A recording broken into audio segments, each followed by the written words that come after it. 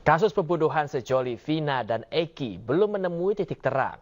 Ayah Eki, Ibtu Rudiana, yang dianggap sebagai kunci, kini telah diperiksa polisi.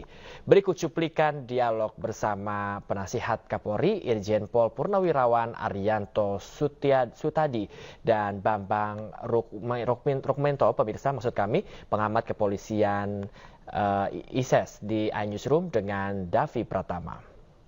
Saya pertama ke Pak Arianto terlebih dahulu. Melihat laporan yang dilakukan oleh Farhad Abbas dan teman-teman melaporkan ayah Eki ke Mapolres Cirebon. Tanggapan Anda? Ya, tanggapan saya itu langkah yang bagus ya untuk mencari klarifikasi. Selama ini kan yang digaungkan di media ya itu bahwa biang keroknya ini adalah si Pak Rudi ini kan gitu kan, dia yang bikin laporan polisi waktu itu, kok tahu duluan bahwa kasusnya begini.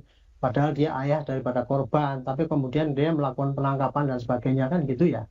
Nah sekarang, tapi dalam prosesnya waktu itu, kasus itu kan sudah disidik oleh Polres Cirebon.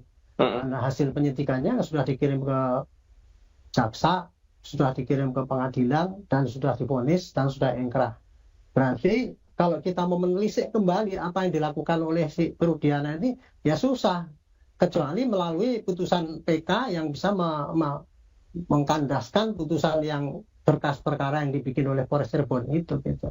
Nah sekarang dengan dilaporkannya Rudi sebagai orang yang mempengaruhi pelaku itu, memungkinkan daripada penyidik Polri ya untuk melakukan pemeriksaan ulang dulu ketika pertama kali dianggap mempengaruhi itu kayak apa gitu. Ini langkah ini melebihi daripada langkah yang bisa ditempuh oleh Propam. Karena kalau Propam itu kan menelisik dulu yang sudah terjadi dulu itu dasarnya apa? Paling dari keterangan-keterangan doang kan gitu. Nggak ada dasar hukum. Pak Arianto, maaf saya potong. Ini yang saya mau tanyakan tadi. Ini kan prosesnya di Propam kan juga sudah berjalan. Apakah nanti tidak ada tumpang tindih begitu antara Propam dan juga Mapolres Cirebon?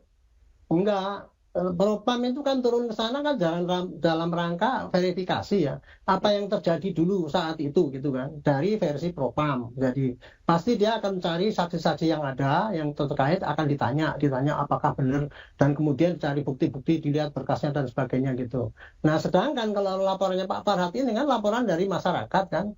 Dengan melihat saksi-saksi yang sudah bermunculan bahwa ini Pak Rudi ini dianggap sebagai mempengaruhi, nanti pasti ya patut disangka dia sebagai tersangka kan Pak Rudi itu, bahwa dia melakukan perbuatan itu. Nah polisi paling kalau laporan diterima nanti diselidiki apakah ini tindak pidana atau tidak. Kalau iya pasti nanti dilanjutkan dengan penyidikan gitu. Oke.